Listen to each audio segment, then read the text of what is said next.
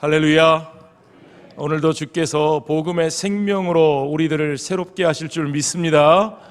여러분, 6월달입니다. 6월달은 우리나라를 위해서 희생하신 분들을 우리가 기억해야만 하는 시간들입니다.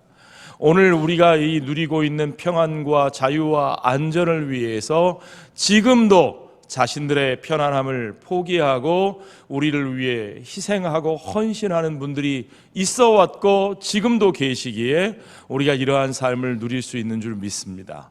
우리는 지금도 사실은 눈에 보이지 않는 테러와 전쟁의 위협 가운데 살고 있으나, 그러나 수많은 이들의 땀과 피와 헌신으로 우리의 안전이 지켜지고 있고 우리가 그 속에서 이렇게 삶을 누리고 있다는 사실을 기억하고 우리가 늘 그분들을 위해 기도하며 감사한 마음으로 살아야 할 줄로 믿습니다.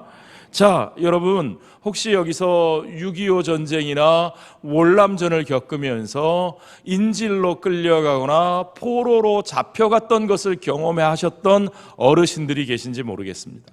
그런 분들이라면 너무나 잘 아실 텐데, 테러 집단의 인질로 잡혔거나 전쟁의 포로로 잡혀갔던 사람들의 이야기를 들어보면 정말 그 공포가 끔찍합니다. 그 끔찍한 공포의 경험 때문에 그분들이 풀려나고 나서도, 돌아오고 나서도 일상을 회복하는데 굉장히 어려움을 겪게 되는 것을 봅니다.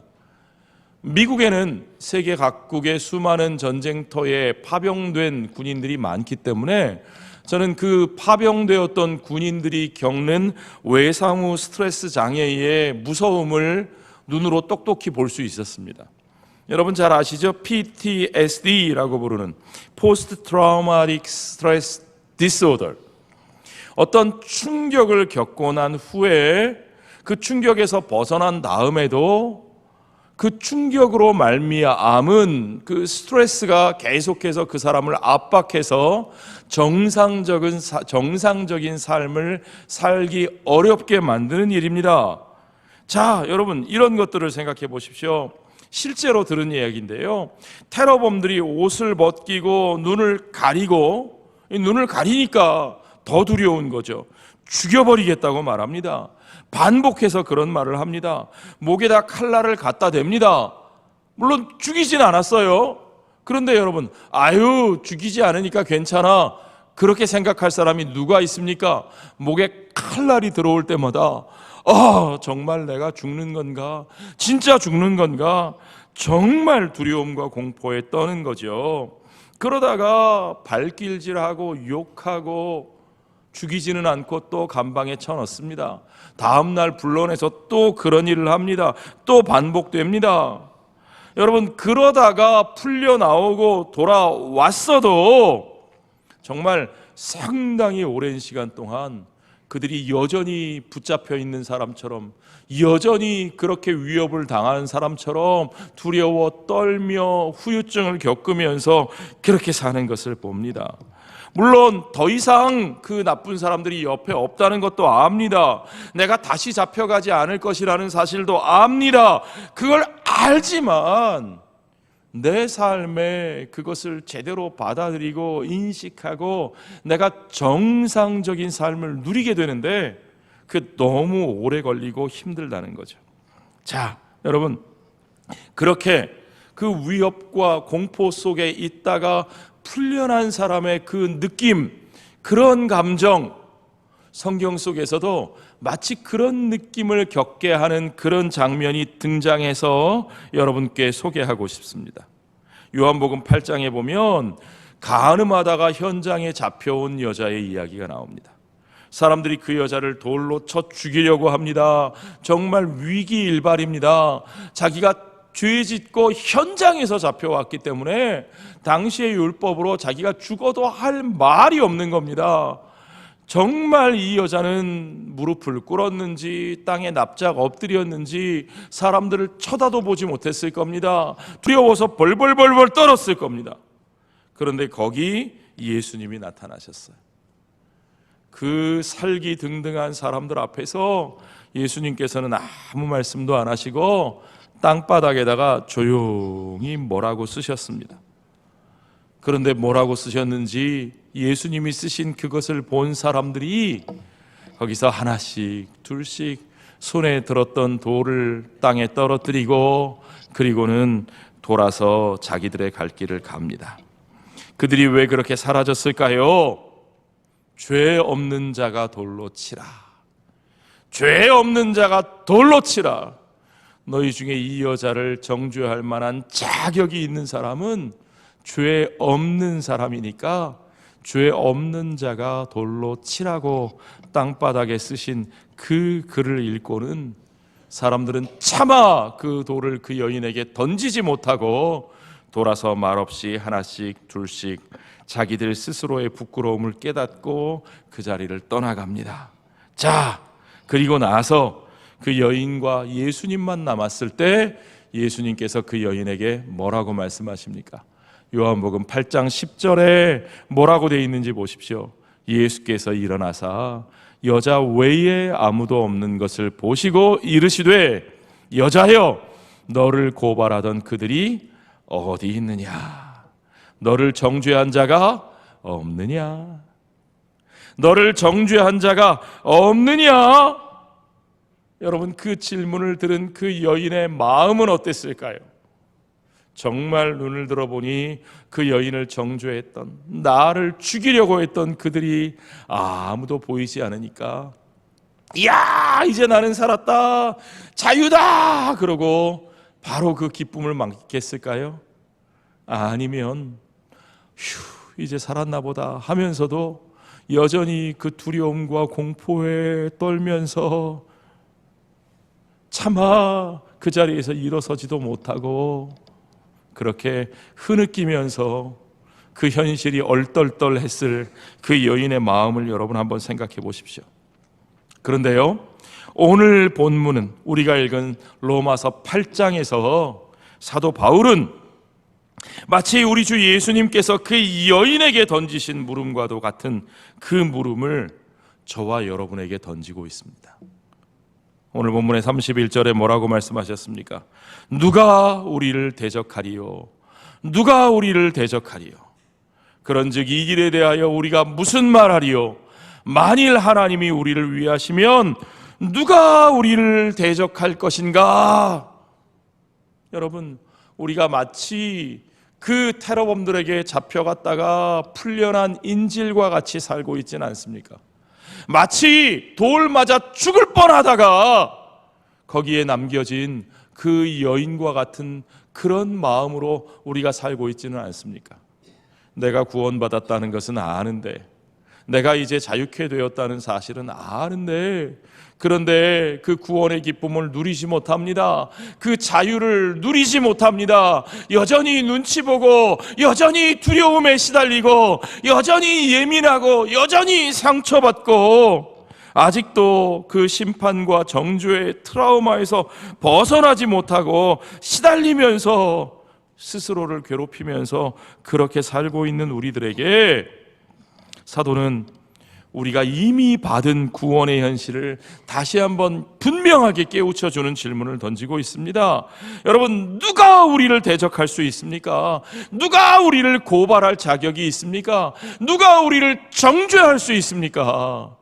여러분, 아무도 그런 자격과 권리가 없다는 사실을 분명하게 믿으시기 바랍니다. 하나님이 그의 아들을 우리를 위해서 내어주시고 그 아들과 함께 그 모든 것을 우리에게 주신다고 약속하셨기 때문에 그 누구도 우리를 고발할 수 없고 그 누구도 우리를 대적할 수 없다는 사실을 여러분 믿으시기 바랍니다. 누가 우리를 고발할 수 있습니까? 정말 아무도 없습니다. 이미 하나님께서 친히 우리를 의롭다고 십자가에서 선언하셨으므로 여러분, 누구도 우리를 하나님 앞에 고발할 수 없는 것을 믿으시기 바랍니다. 그 누가 우리를 정죄할 수 있습니까? 정말로 아무도 없다는 사실을 여러분 아셔야 합니다. 우리 예수님께서, 의로우신 그분이 저와 여러분을 위해 죽으셨고, 그가 죽음을 이기고 부활하셨고, 부활하신 주 예수를 우리 하나님이 높이사 그가 오늘도 아버지 보좌 우편에서 저와 여러분을 위하여 중보하고 계시는데 누가 저와 여러분을 고발하고 정죄할 수 있겠습니까? 여러분, 누가 우리를 그 하나님의 사랑에서 끊어낼 수 있습니까? 아무도 그럴 수 없다는 사실을 여러분 믿으시기 바랍니다. 물론 그럼에도 불구하고 우리가 살아가는 동안에 우리의 대적들은 길을 쓰고 우리에게 달려들겠지요.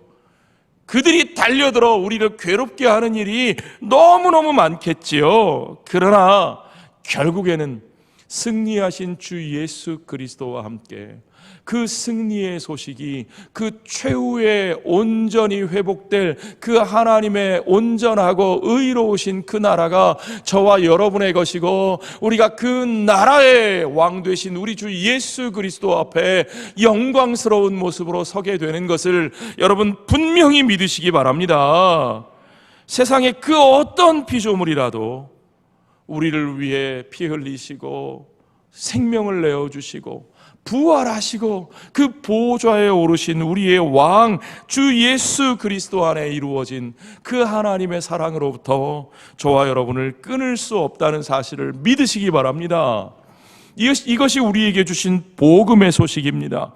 이 복된 소식을 믿고 그 믿음 안에 있는 우리는 이제 그만 두려움과 공포의 모든 트라우마를 끊어내시기 바랍니다.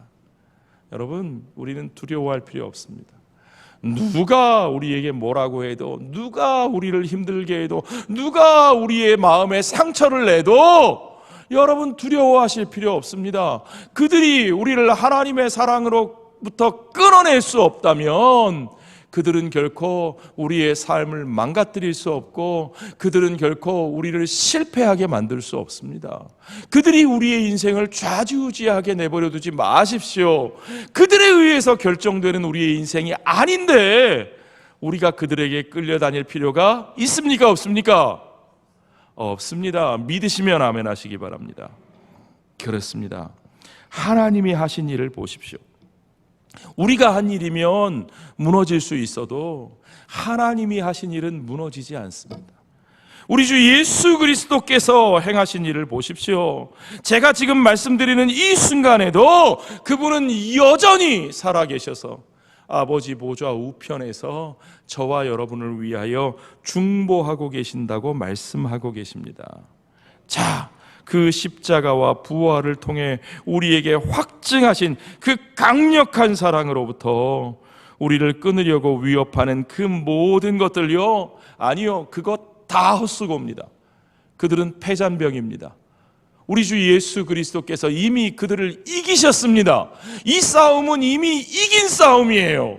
우리는 그 이긴 싸움에 승리하신 주님과 함께 서 있고 우리의 대적 원수 마귀는 패잔병으로 서 있는 겁니다. 패잔병이 아무리 큰 소리치고 아무리 기세등등해도 우리는 그들을 두려워할 필요가 없습니다. 우리는 승리하신 주님과 함께 기뻐하며 감사하며 찬양하는 삶을 살면 되는 줄로 믿습니다.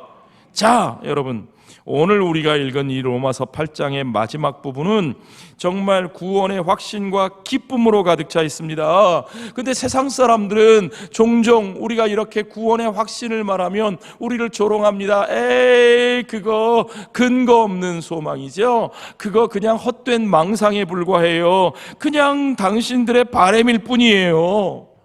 그런데 여러분, 그저 막연한 바램에 자신의 목숨을 거는 사람이 있습니까? 오늘 이 이야기를 하는 사도 바울의 삶을 보십시오.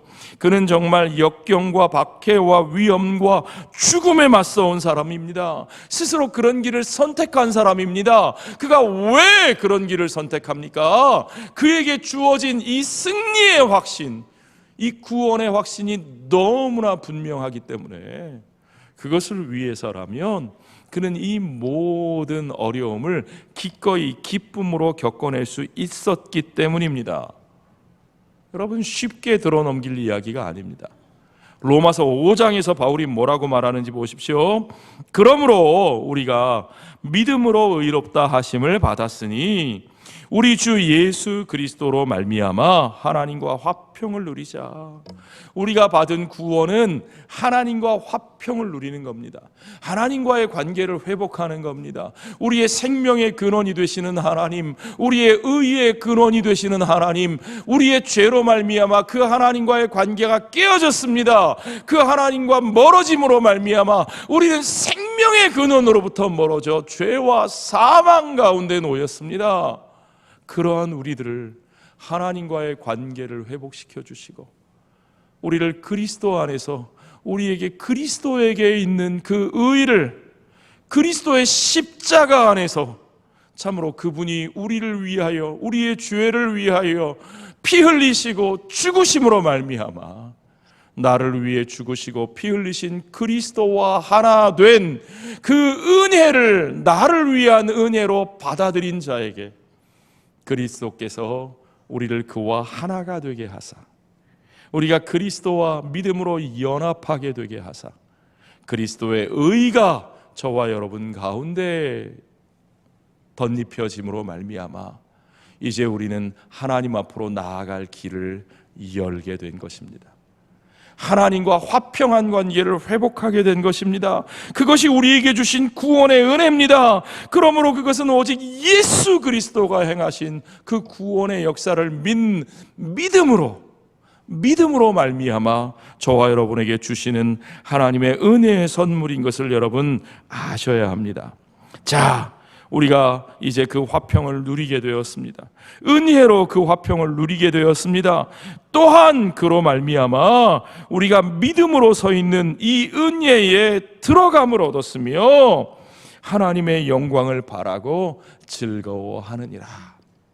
그 은혜를 우리에게 믿음의 선물로 주셨으니 그 믿음으로 말미암아 이 은혜의 선물을 우리에게 주셨으니 이제 그 은혜 안에 들어간 우리들에게는 하나님의 영광스러운 그 모습이 우리 안에 이루어지게 하신다고 말씀하시는 겁니다. 우리는 그 영광의 날, 그 소망의 날을 바라보며 오늘의 고난을 견디고 즐거워하며 살아갈 수 있습니다. 그러므로 바울이 고백하는 말씀은 다만 이뿐만 아니라 우리가 환난 중에도 즐거워하나니 이는 환난은 인내를, 인내는 연단은 소망을 이루는 줄 안다고 말합니다. 이 소망이 어떤 소망이냐? 우리를 부끄럽게 할 소망이 아닙니다. 막연히 헛된 것을 바라다가 에이 거봐 너 헛된 것 바라봤잖아 라고 조롱당하게 할 소망이 아니고 이 소망은 우리를 부끄럽게 하지 아니할 것은 우리에게 주신 성령으로 말미암아 내 자신의 능력으로 말미암아가 아니고 내 자신의 공로로 말미암아가 아니고 내 자신의 어떤 행위로 말미암아서가 아니고 만약에 그런 것들로 말미암은 것이었으면 나는 실패하고 또 부끄럽게 되었을 텐데 내게 주신 성령으로 말미암아 그 성령이 나를 지탱하시고 나를 위하여 탄식하시고 나와 동행하시고 나를 이끌어 가심으로 말미암아 하나님의 사랑이 우리 마음에 부은 바 됨을 우리가 알고 온전히 그 사랑의 능력으로 끝까지 그 영광의 날까지 살아내게 하시는 것을 여러분 믿으시기 바랍니다. 그러므로 8장 17절에 보면 우리가 하나님의 자녀이면 또한 상속자가 되었다고 말합니다. 하나님께서 우리에게 너무나 크신 유산을 물려주셨다는 말입니다. 하나님의 상속자요 우리가 그리스도와 함께 한 상속자니 여러분 하나님의 아들 그리스도가 누리시는 그 영광의 상속을 그와 함께 우리가 같이 받아 누리게 된다는 겁니다.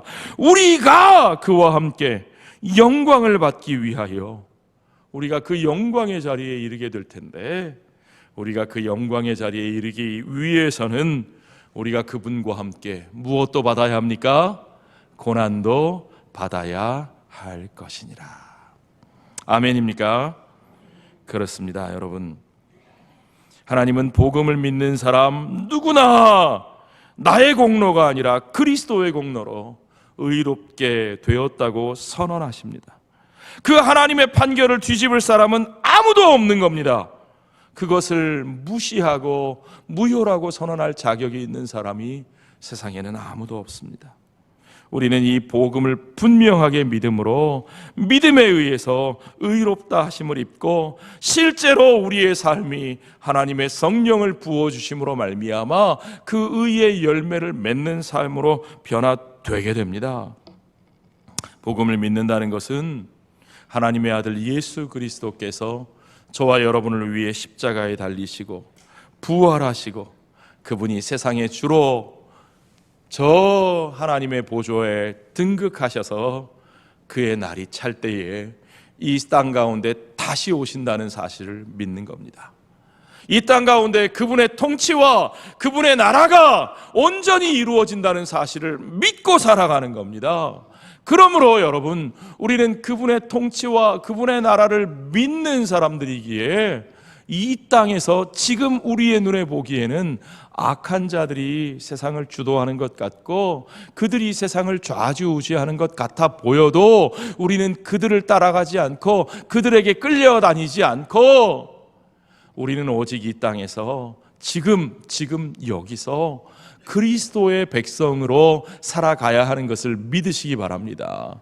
우리가 그렇게 살아갈 수 있게 하시기 위해서 주의 성령을 우리에게 부어주셨고 우리가 그리스도 다시 오시는 그 영광의 날까지 그 영광스러운 주의 백성으로 이 땅을 살아낼 수 있는 힘을 우리와 함께 탄식하시고 우리를 위해 간구하시는 성령 하나님께서 저와 여러분 가운데 베풀어 주시는 것을 여러분 믿으시기 바랍니다. 우리는 그 영광의 삶으로 변화될 겁니다.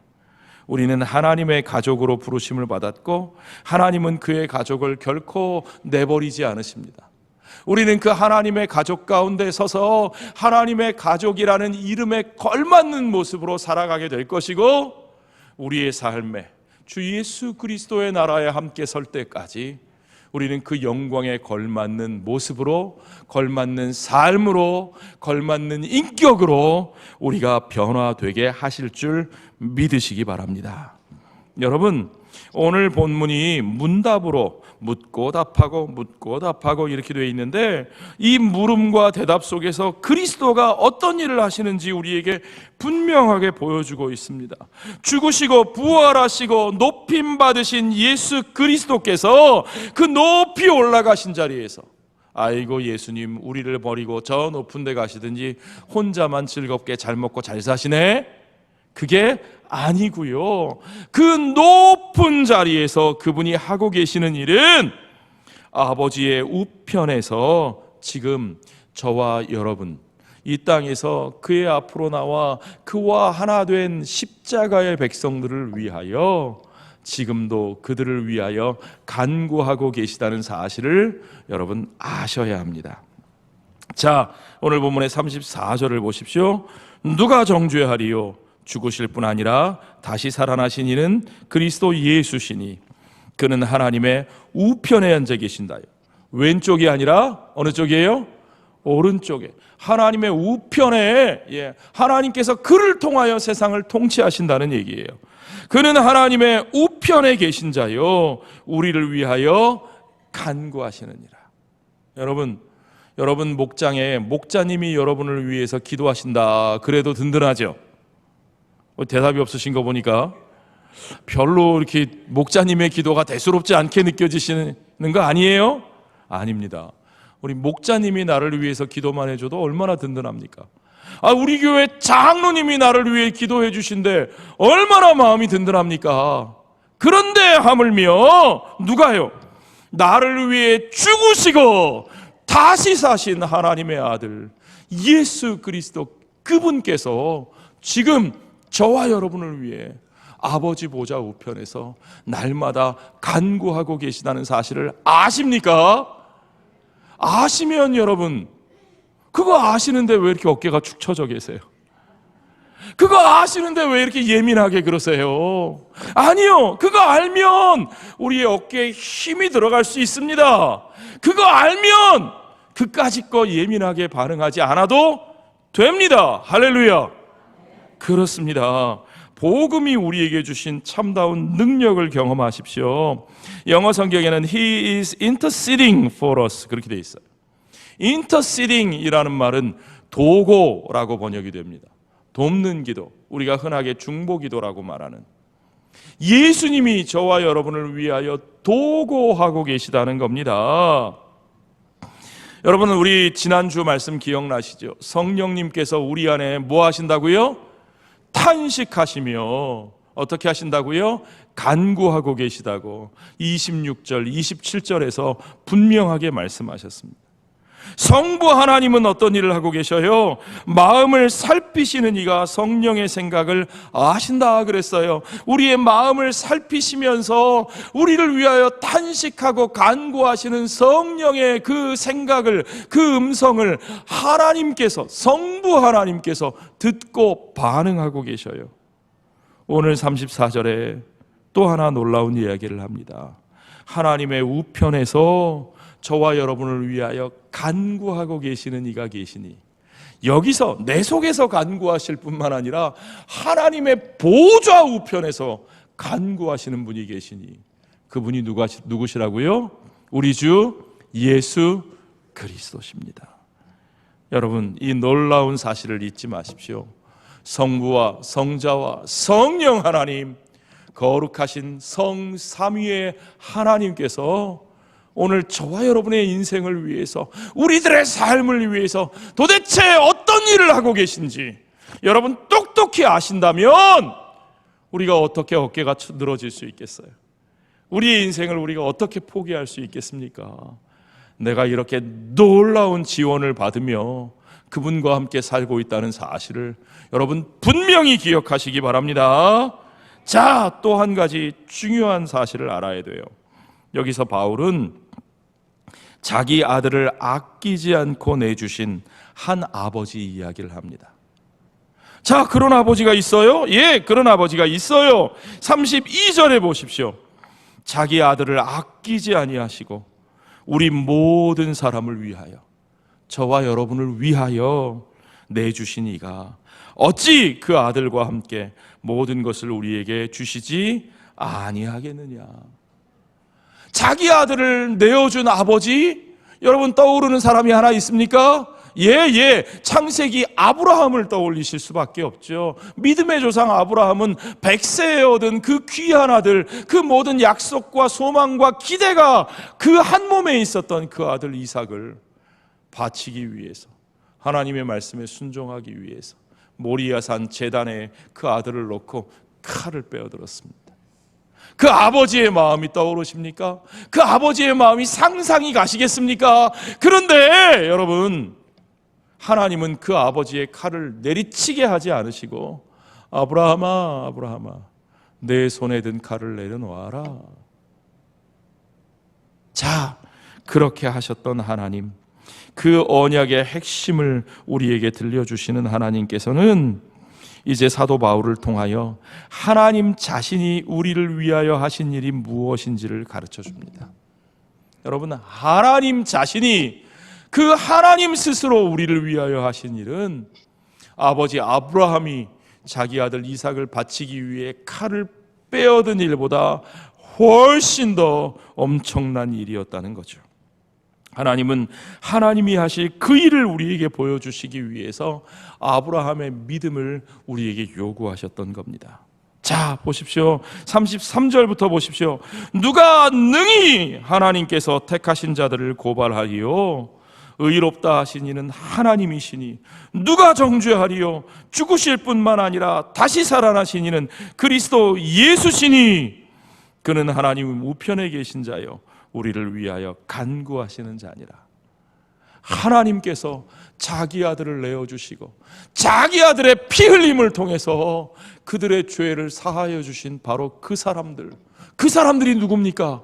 바로 그들이 저와 여러분입니다. 하나님이 그렇게 하셨는데, 하나님이 그 값을 치르시고 하나님이 그 피눈물을 흘리시며 저와 여러분을 품으시고 용서하시고 저와 여러분을 자신의 것이라고 끌어안으셨는데, 그런 우리들을 향해서 누가, 너는 아직도 죄인이야, 너는 아직도 망할 거야, 누가 감히 우리를 정죄하고 누가 감히 우리를 고발할 수 있겠습니까? 세상에 그런 자격이 되는 사람이 있습니까? 여러분, 전혀 없다는 사실을 여러분 믿으시기 바랍니다. 하나님이 그렇게 택하시고 그렇게 부르시고 그렇게 구원하신 저와 여러분의 삶을 결코 그들의 새 치혀에 맡겨두지 않았습니다. 결코 그들의 손에 망하게 내버려두지 않으시는 것을 믿으시기 바랍니다. 그리스도와 함께하는 그의 백성들, 하나님은 결코 세상의 정죄와 고발에 넘어지게 하지 않으시는 것을 믿으시기 바랍니다. 하나님이 결코 그들의 칼에 우리들을 죽게 내버려두지 않으십니다. 그들을 두려워하지 마십시오. 그들에게 끌려다니지 마십시오. 자, 이제 사도 바울은 36절에서 고난 가운데서 자신의 삶에 대해 이야기하는 시편 44편 22절을 인용해서 이렇게 말합니다.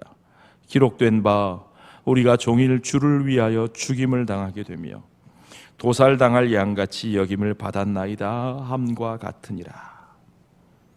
그의 삶은 날마다 찌름을 당하고 날마다 죽임을 당하는 것 같고 정말 도살장의 양같이 그런 취급을 받으며 살아갑니다. 여러분, 우리들의 삶이 때로는 그런 마음을 겪을 때가 얼마나 많습니까? 내 삶이 세상 사람들에게 도무지 인정을 받지 못하고 여기서 찌르고 저기서 찌르고 아무도 나를 가치 없게 여기는 것 같고, 이러다가 내가 저들의 발길질에 저들의 새치혀에 내가 눌려 숨막혀 죽을 것 같다고 느껴지지 않으십니까? 하나님이 정말 나를 사랑하시고 나를 구원하셨다면 왜 이렇게 내 인생을 이런 구렁텅이에 버려두시는가? 내게 왜 이런 일이 일어나는가? 여러분, 그렇게 생각하시진 않습니까? 하나님이 나를 벌 주시는 건가? 나는 포기하신 건가? 그런데 아니요. 하나님의 백성들이 당하는 고난은 결코 그들의 죄 때문에 하나님이 그들을 버리셨다는 증거가 아니라는 사실을 여러분 아셔야 합니다. 하나님은 그의 백성들을 그 고난을 통해서 연단하시고 그의 약속의 땅에 들어가게 하시는 하나님이신 것을 믿으시기 바랍니다. 그들을 애굽에서 불러내시고 광야로 보내신 것이 하나님이시고, 그들을 그 광야의 연단 속에 준비시키셔서 그 하나님의 백성으로 서게 하시는 것이 우리 하나님의 뜻인 것을 여러분 믿으시기 바랍니다. 그러므로 골로새서 1장 24절에 보면 바울은 이렇게 고난받으면서도 그 고난의 목적과 이유를 분명히 압니다.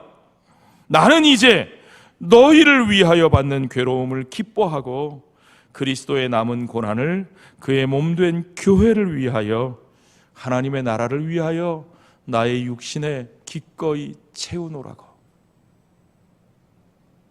여러분, 우리에게 주신 모든 고난은 하나님께서 그리스도 안에서 그 영광에 들어가게 하시는 그의 백성을 향한 하나님의 뜻이 분명히 있으신 것을 믿으시기 바랍니다. 우리는 버림받지 않았습니다. 하나님은 우리를 포기하지 않으셨습니다. 그 고난은 우리가 버림받았고 하나님이 우리를 포기하셨다는 증거가 아니라, 고난은 하나님이 우리를 연단하시고 하나님이 우리를 쓰시기 위하여 준비시키고 계시다는 증거인 것을 믿으시기 바랍니다. 우리가 그리스도와 함께 고난받을 때 우리가 그리스도와 함께 그 영광의 자리에 들어가게 되는 것도 여러분 믿으시기 바랍니다. 바울은 그 믿음이 있기에 그 엄청난 고난 가운데 살면서도 37절에 이렇게 고백합니다. 그러나 이 모든 일에, 이 모든 고난 가운데서도 우리를 사랑하시는 이로 말미암아 우리가 넉넉히 이기느니라. 우리가 어떻게 이긴다고요? 겨우겨우 이긴다고요? 우리가 어렵게 죽을 뻔하다가 이긴다고요? 아니요. 여러분, 옆에 계신 분들에게 한번 말씀해 주십시오. 우리가 넉넉히 이길 겁니다. 정말 넉넉히 이겨낼 겁니다. 아멘. 아멘. 그렇습니다. 여러분, 우리 하나님께서 그와 같은 힘과 그와 같은 능력을 복음 안에서 우리에게 허락하셨습니다. 자, 우리 예수 그리스도 안에 있는 하나님의 사랑은 결코 끊어지지 않습니다.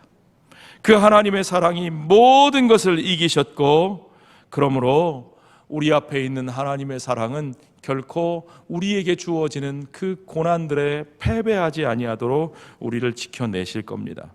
어떤 것도 우리를 끊어낼 수 없습니다. 어떤 것도 우리를 끊어낼 수 없습니다. 35절을 같이 읽겠습니다. 누가 우리를 그리스도의 사랑에서 끊으리요? 환난이나 곤고나 박해나 기근이나 적신이나 위험이나 칼이랴. 자, 여러분, 어떤 분들 환난이 닥칠 때 용감하게 나갑니다. 곤고하고 박해를 받으면 담대하게 막 싸웁니다. 폼 나잖아요. 배고픔도 이겨낼 수 있습니다. 까짓 거 금식도 하는데 굶지 그런데 어떤 분들을 보면 그렇게 용감하던 분들이 자존심 상하면 못 견딥니다. 내 체면이 서지 않으면 견디지 못합니다. 여기 보니까 적신이라는 말이 나와요. 적신이라는 말은 빨갛게 발가벗겨진다는 뜻이에요. 여러분, 우리의 몸이 발가벗겨진 것 같은 부끄러움이 드러날 때, 우리의 연약함이 드러나고 그 연약함을 가지고 상대방이 나를 조롱하고 치고 들어올 때, 여러분, 그때는 모든 것을 견디지 못하고 무너져 내리십니까? 아니요. 사도는 분명히 말합니다. 그러한 부끄러움까지도, 내 자존심이 무너지는 일들도 결코 나를 그리스도의 사랑에서 끊어낼 수 있다 없다? 없다.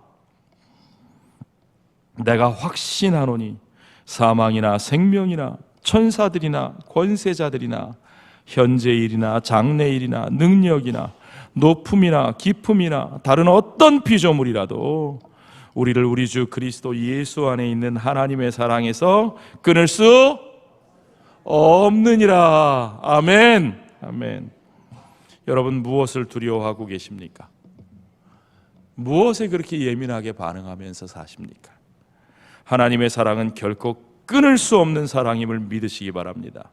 하나님의 사랑은 결코 실패할 수 없는 사랑인 것을 믿으시기 바랍니다. 그래서 구약 성경에 제일 많이 사용되는 말이 헤세드라는 말이에요. 헤세드라는 말은 영어 성경에는 unfailing love로 번역하기도 합니다. 실패함이 없는 사랑, 결코 실패하지 않는, 결코 패배하지 않는 하나님의 언약적 사랑, 그것이 헤세드입니다. 여러분, 우리 하나님의 헤세드가 예수 그리스도 안에서 온전히 이루어진 것을 믿으십니까? 그 사랑에 대한 확신 안에서 참된 은혜와 평안과 자유를 누리며 사십시오. 여러분, 그 자유를 당당하게 이제는 누리면서 사십시오.